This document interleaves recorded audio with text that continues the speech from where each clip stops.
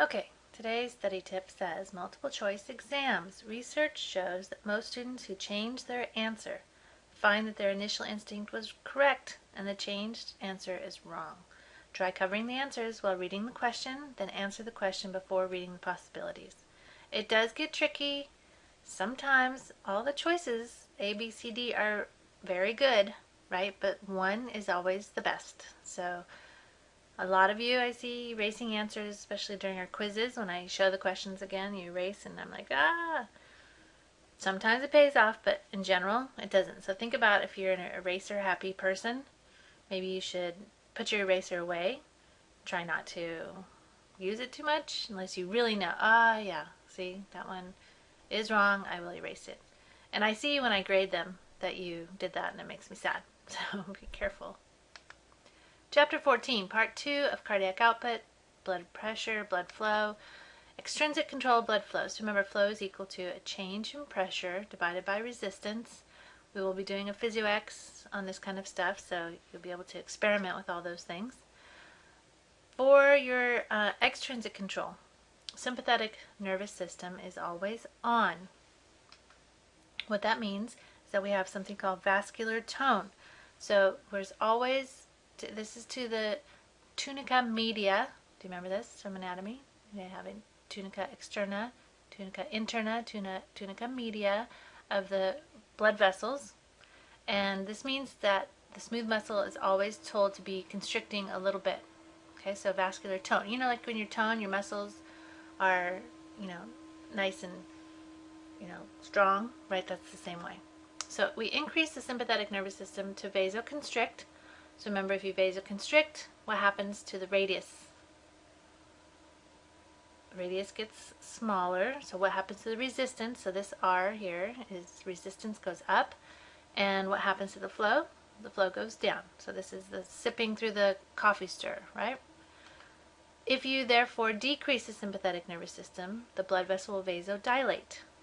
So we have just the opposite, right? If you vasodilate, you have decreased resistance and increased flow. So you have a larger tube. Well, the sympathetic nervous system is very specific in its target. So it will tell certain organs to do certain things. So it's going to tell the muscles, skeletal muscles, right, to vasodilate. If you're running from the bear, running, you have to vasodilate to the muscle groups. But it will tell the blood vessels to the gastrointestinal tract, the kidneys, and the skin to vasoconstrict. Okay, so it just depends on what we're doing and where it's going. Of course, if you're resting and digesting, you're going to have the parasympathetic nervous system involved, and that's a vasodilate to the GI tract only. Okay, so when you rest and digest, parasympathetic doesn't really change the blood vessels to the muscles, but the sympathetic would be doing that. Okay, intrinsic controls. Nearby tissues, remember intrinsic, have metabolic changes that can alter the flow. So during exercise, we did this I think on the first day of school, right? We talked about local control. So during exercise, there's a decreased oxygen causing vasodilation. During rest, we have an increased oxygen causing vasoconstriction, right? We don't want to waste the blood flow. So if we are resting, we don't need it, we're going to vasoconstrict. So, you only have 5 liters of blood. So if we're not sending it to the muscles, then it's going to go other places, like to the digestive system. Also, we have endothelial cells of the arterioles, endo meaning inside, remember? It's anatomy. They release hormones that regulate the arteriole to vasodilate or vasoconstrict. So we're not going to go into details of the names of the hormones, but that is a really great place, if you think about it, to be monitoring blood flow right there at the arterioles that feed the different organs. Next are histamines. Histamines are released from leukocytes. They cause vasodilation. So you know histamines when you in the spring, when all the flowers start blooming, right? Histamines, the pollen in your nose causes histamines to be released from the leukocytes. That causes vasodilation. That increases the blood flow to your nose. The purpose is to get rid of the pollen. Okay, so vasodilation then means that you have increased pressure in the blood vessels of your nose, and then you get a runny nose. Or your eyes, maybe. So we take antihistamines, we take drugs to prevent that from happening. If you think about it, though, that's the body's way of getting rid of the pollen, right? To have runny eyes and a runny nose, so it's actually a good thing, unless it becomes, of course, bothersome. Then you should take your antihistamine. And those names, name brand. What's a name brand of antihistamine? Like Benadryl, right? Zyrtec, all that kind of stuff. Hot, cold, so having heat, having cold can change the diameter of a blood vessel. So think about this. If you put your hand in the cold water, what will that do to the diameter of your blood vessels? Constrict them or vasodilate them? It will in cold, it will vasoconstrict them, right? So you feel your hand get cold, your body's going to say, whoa, do not send any more blood out there because it's too cold out there. So it will actually vasoconstrict. And then, of course, when you get hot, you know that, when you're hot and your hands are hot, you vasodilate, and that's the idea, is to cool off the body. All right, this is a figure that has a lot of things in it, so we're actually going to divide it into two pieces. We're going to talk about changes in blood flow due to exercise. First, we're going to talk about the heart and the skeletal muscle, and then we're going to talk about the skin and the brain.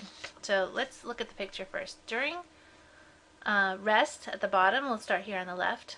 During rest, you pump out, say, 5 liters per minute. So this is looking at cardiac output with, say, 5 to 6, right? So we'll say 5.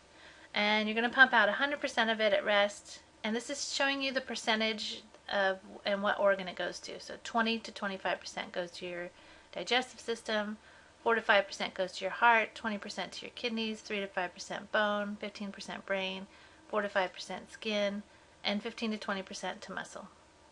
Okay? Then you look at exercise.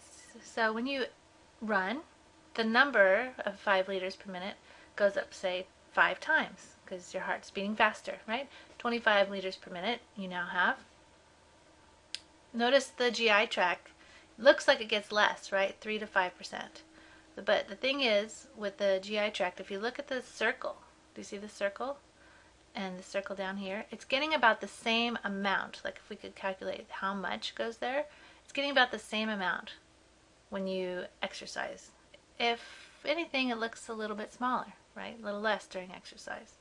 The heart, of course, it says 4 to 5%, which makes it look the same, but it's not. It's 4 to 5% of 25, right? Or 4 to 5% of 5. So really, the circle is bigger. It gets more blood flow because, of course, it's a muscle and it's working. Kidneys, about the same. The circles are about the same. The bone, circles are about the same. Maybe a little more, a little bigger, not much. If you think about that, when you exercise, your kidneys are not doing a lot of work right then. They're filtering, it's true, but not a lot more filtering, okay? You know, when you go for a run, you don't come back having to pee, right? You didn't make that much urine. Bone doesn't really change when you exercise so much. And your brain doesn't really change much either. So the circles are about the same. Students think that when they study that their brain uses more blood flow. And that's not true. I know you think it does and it feels like it's burning, okay, but it's not. Now the skin, the book says that the skin doesn't really change that much, but I disagree. I think when you exercise, you feel your skin, right? It's warm. So I think the blood flow to the skin increases, and that would be to cool off the body, right? Because you're making a lot of excess heat when you exercise. So I think it would be, we're going to say, and for the exam, you're going to follow my notes, okay? And then the muscle, heavy exercise, of course, gets a lot, right, when you're exercising. So the majority of it goes here. I don't know, the majority of it here at rest kind of looks like it goes to the GI tract, huh? Okay, so let's write down what we learned here in the heart first, and then we'll do the skeletal muscle and look again at the picture. Okay, so first, heart. The left and right coronary arteries, remember this from anatomy, supply the heart with blood.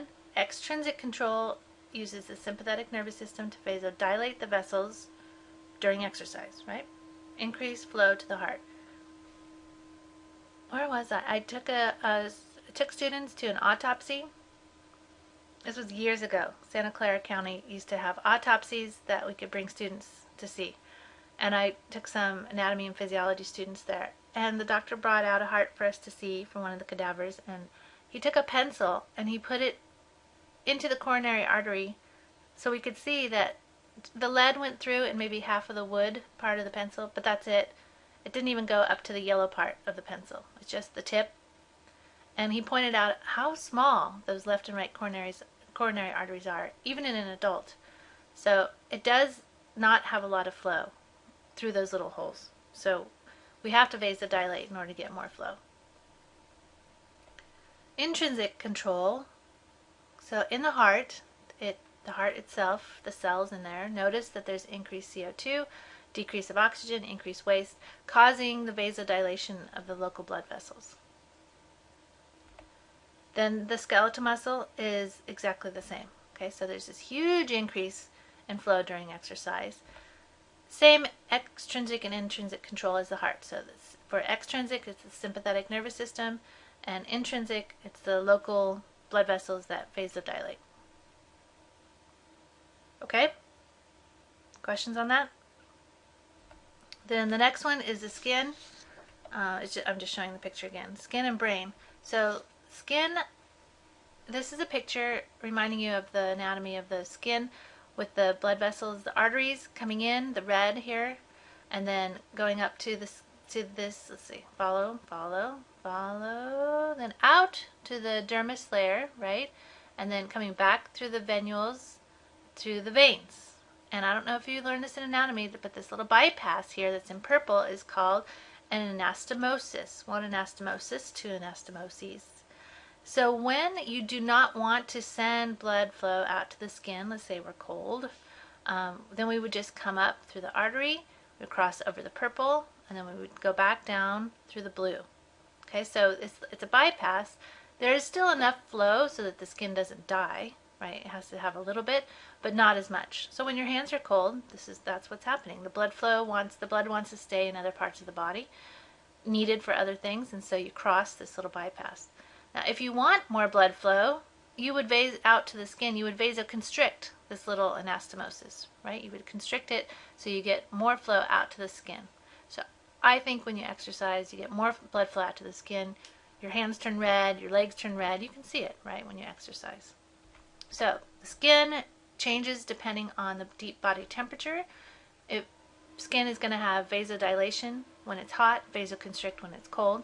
And the anastomoses, you need to know that word, is used to bypass the capillary bed. Oh yeah, sweat glands make bradykinin, which is a hormone, to vasodilate blood vessels to the skin. And all that makes sense, right? Make more sweat in order to cool off. All right, your brain receives a constant flow at all times of 750 milliliters per minute. So look at your water bottle. Okay, that's 500 for those little water bottles. So like 1.5 those water bottles per minute. Hey, that's a lot, huh? Yeah, gotta keep that brain receiving blood flow with, glucose.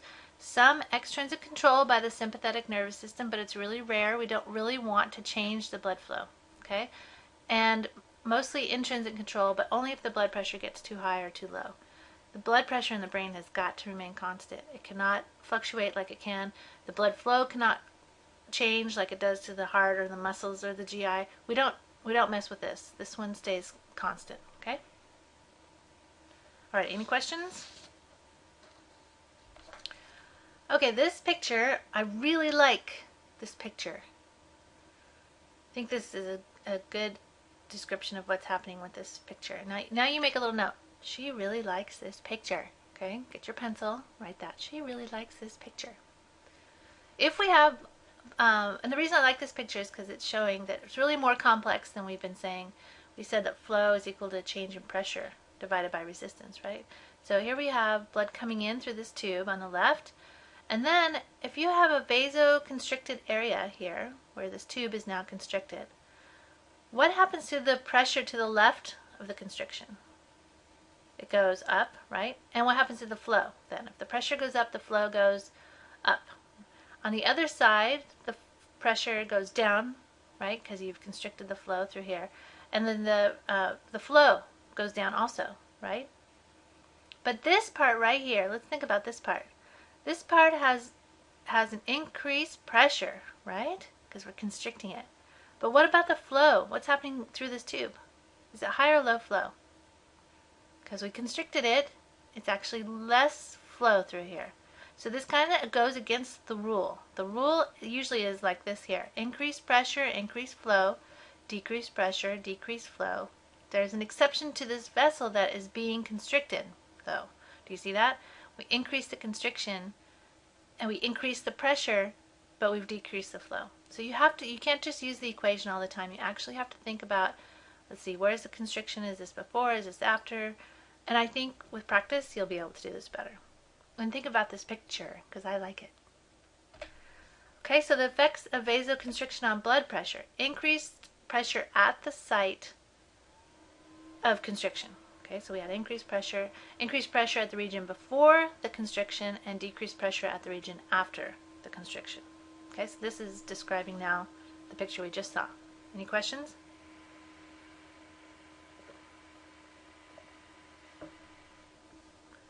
Okay, another picture that I like. I like this one too. Almost as good as the other one. Not quite. This is showing the aorta splitting into arteries and arterioles and capillaries and venules and veins and the vena cava. And what they want you to see here is that the pressure, I think we've talked about this before, the pressure is really high right off the heart, right? And actually I think when we saw it before, we saw it go up, down, right? 120, 80, 120, 80. And as we go further away, it drops. So we have seen this before. What I want you to also see in this picture, though, is the area of the blood vessels. So we have one giant aorta, and of course it has a high pressure. As we go further away from the heart, the area increases. The blood vessels have smaller radius, right? Smaller diameter.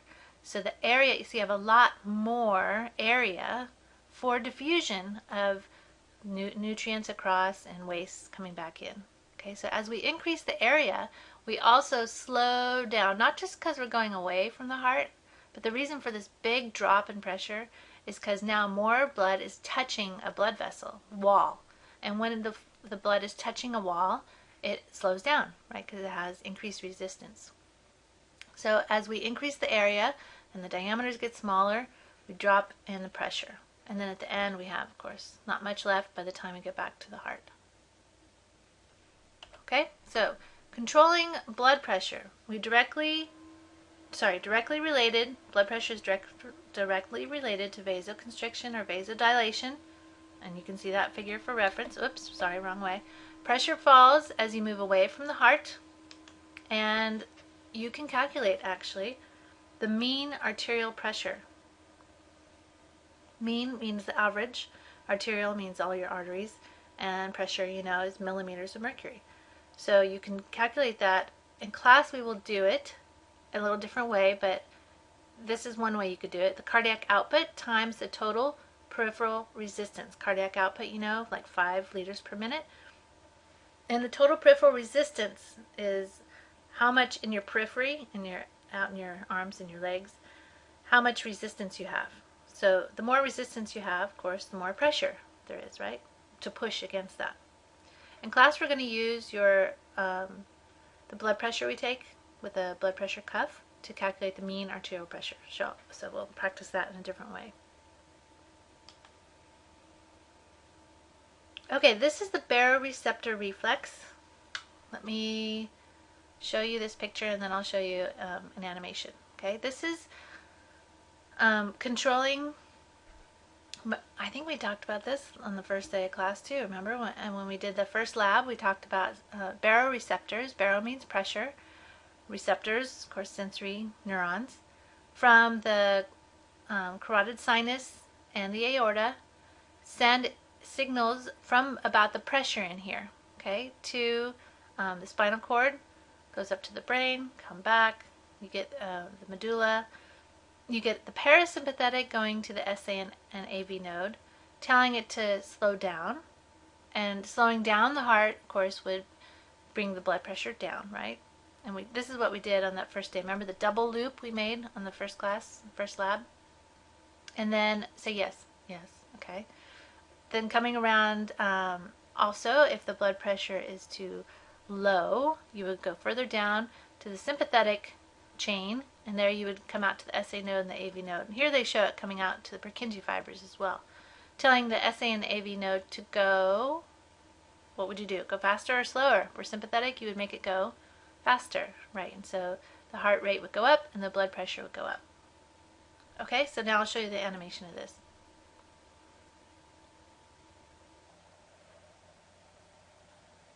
Increased blood pressure stretches the carotid arteries and aorta, causing the baroreceptors to increase their basal rate of action potential generation. Action potentials are conducted by the glossopharyngeal and vagus nerves to the cardioregulatory and vasomotor centers in the medulla oblongata. As a result of increased stimulation from the baroreceptors, the cardioregulatory center increases parasympathetic stimulation to the heart, which decreases the heart rate. Also, as a result of the increased stimulation from the baroreceptors, the cardiovascular center decreases sympathetic stimulation to the heart, which decreases heart rate and stroke volume. The vasomotor center decreases sympathetic stimulation to blood vessels, causing vasodilation. The vasodilation, along with the decreased heart rate and decreased stroke volume, bring the elevated blood pressure back toward normal. If the initial problem were a decrease in blood pressure, the activities and effects of the baroreceptors, cardiovascular center, and vasomotor center would be the opposite of what is illustrated.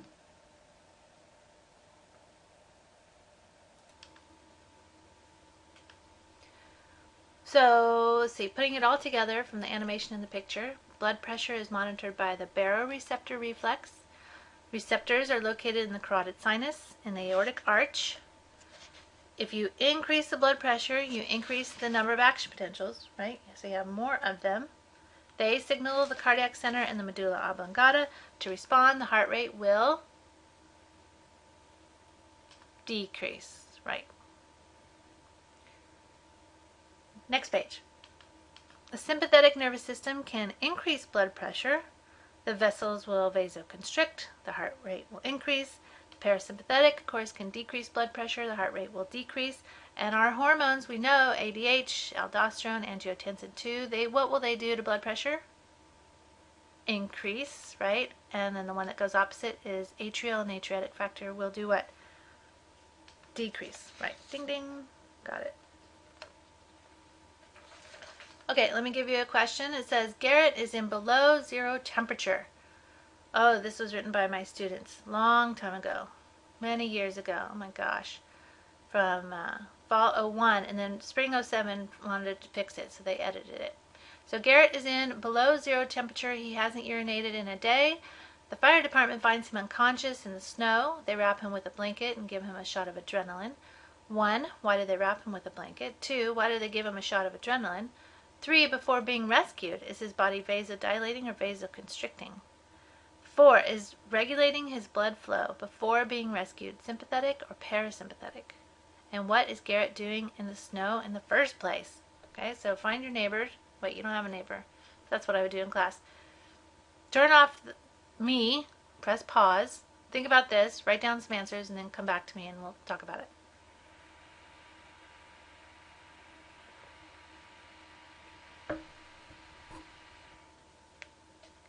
Okay, why do they wrap him with a blanket?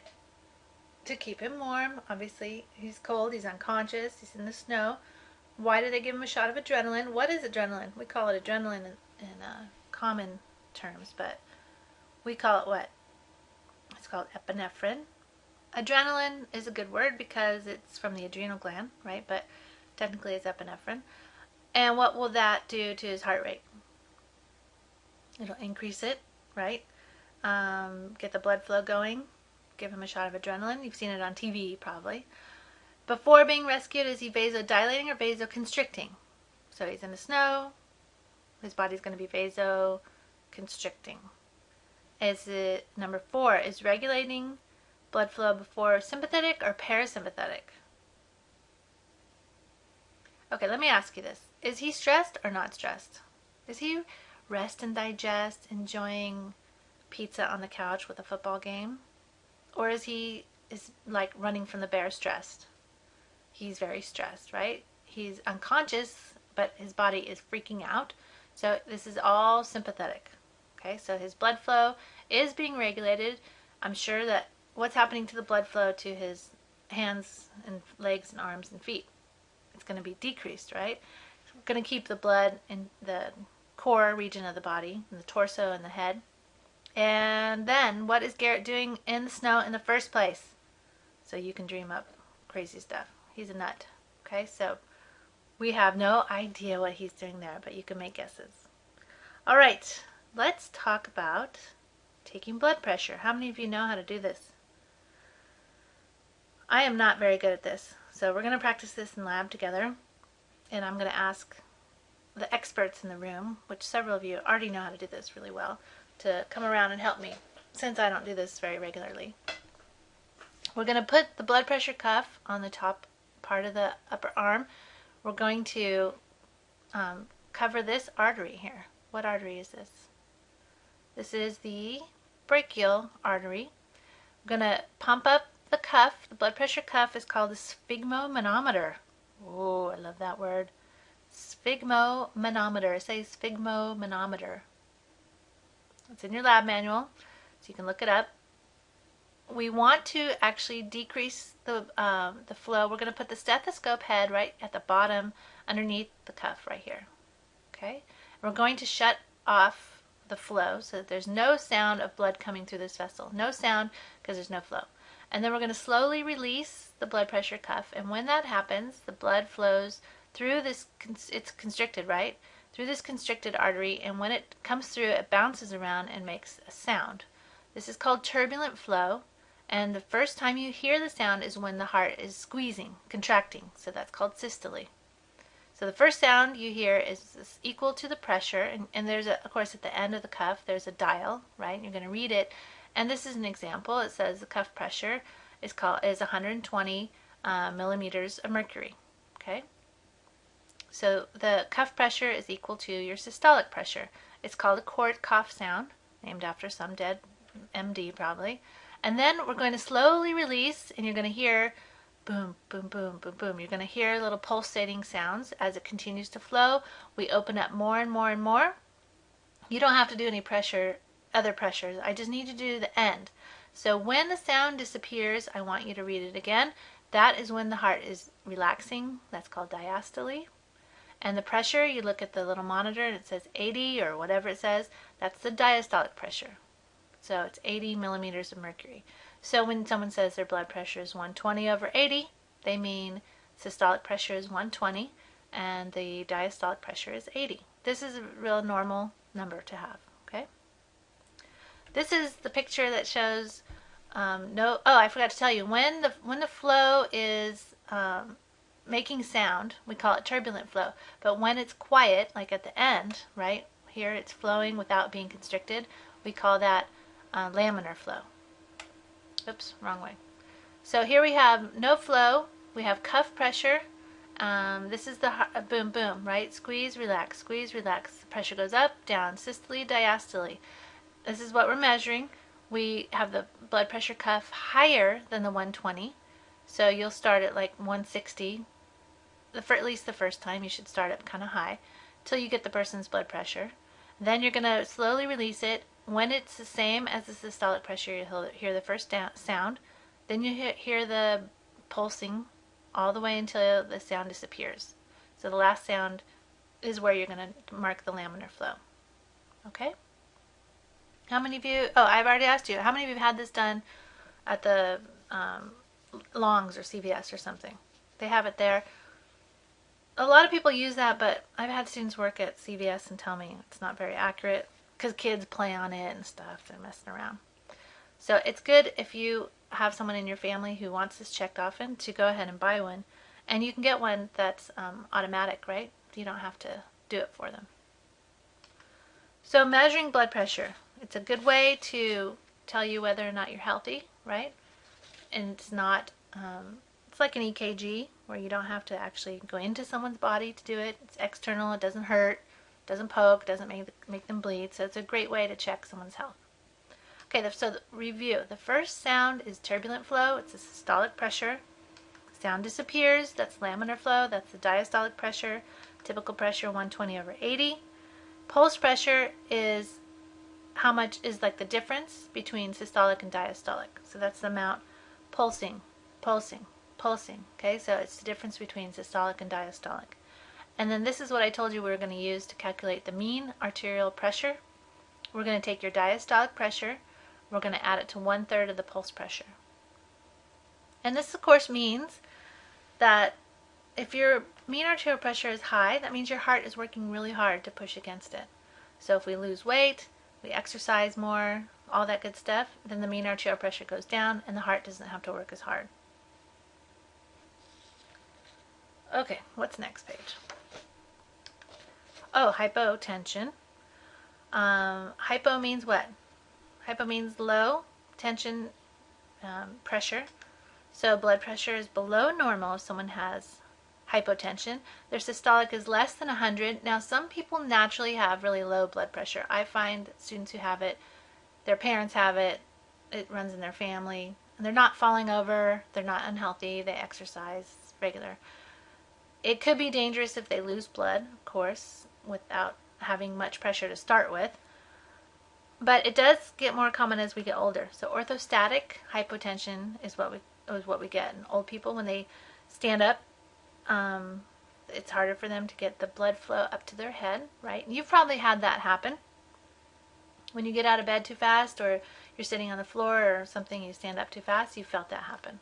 It's common for patients after surgery to have hypotension. So if you're going to work in the hospital setting, you're going to have to help people. And the results are a low blood flow and people faint or they feel dizzy. So they have to hold on to something when they stand up. The opposite of hypo is hypertension. The blood pressure is higher than normal. For my class, I want you to know 140/90 or higher. Okay, the book goes into details of the pre and the stage 1. I need you to know anything above 140/90 is hypertension. What causes it? Poor diet, obesity, age, race, heredity, stress, smoking. Okay, so all these things have to do with it. So if it's hereditary and you have it and it runs in your family, you've got to do something about the obesity, the diet, the stress, smoking. You can't really change your age. Trust me, I can't do that. So think about how you might change if you're hypertensive, how you might be able to change some of the things you do. Okay, stress is a big one. Stress is really big. And of course, the reason you don't want hypertension is because you'll have a heart attack. Okay? And the danger is vascular damage. So that extra pressure on your blood vessels causes them to tear. The heart is overworked, pumping too fast, too hard. Stroke, you know that, cerebrovascular accident, a CVA. That's a stroke, which of course is debilitating. Atherosclerosis, all that stuff. So it's really bad to have hypertension. What can people do to lower their blood pressure? Well, you could stop smoking, right? Do some stress reduction. Dump the boyfriend who's stressing you out, okay? Get a new job. Change your diet. Smoking is a big one. It's just, that's what the nicotine does. It binds to receptors to make the heart rate go faster. So I had a student smoke. One time we did her blood pressure before and after. I asked her actually in lab to go outside, smoke, and then come back in. Of course, she stunk up the whole class, right? Her blood pressure went up, and she felt so relaxed. She's like, finally I had my cigarette. I was like, what? Her heart is racing. She has high blood pressure, and she's feeling relaxed. That stuff is addictive, right? It's addictive. So there's all kinds of things people can do to lower the blood pressure. And you know, the sodium, right? Salt follows water. Story is preeclampsia during pregnancy. So when women get pregnant, they increase their blood volume. Their body just naturally gains weight, right? Gains weight, increases blood volume, so you increase blood flow to feed that baby. But sometimes this causes blood pressure to get too high, especially if the woman already had high blood pressure or a higher kind of blood pressure, even if she was in good shape before she got pregnant. A lot of women get this thing called preeclampsia, and it causes, if it gets dangerously high, it causes people to have convulsions and a stroke.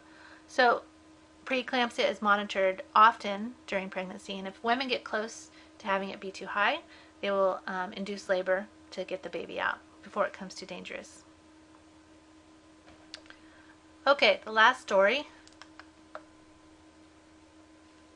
Circulatory shock. That is inadequate blood flow. It may be due to low blood volume, like hypovolemic shock. Hypo means low, volemic means volume. So the word is hypovolemic. So maybe someone has hemorrhage, and so they have low blood volume. That could cause shock. Or due to a bacterial infection, like septic shock. Sepsis is very common in the hospital, and unfortunately it wasn't such a thing 50 years ago, but the bacterial infections are worse than ever right now. People are dying of septic shock in the hospital. They don't even go to the hospital for a bacterial infection. They go for something else, and they get, of course, their immune system is, beaten up, and they're exhausted, and they're tired, and all these things, and they're susceptible to infections. So septic shock is from a bacterial infection. Allergic reactions, anaphylactic shock, you've heard of that. So that's, say, the peanut one is one of the worst, right? Peanut allergies. So you're going to give peanut to a kid, and their throat swells up, and they can't breathe, and so they carry an epinephrine pen, all this scary stuff. The central nervous system damage, maybe a car accident or something like that, is going to have neurogenic shock, and then heart failure could cause shock too. So it's called cardiogenic. So you just divide the words and you'll figure it out. Okay? I think that's it. Good job. We're all done.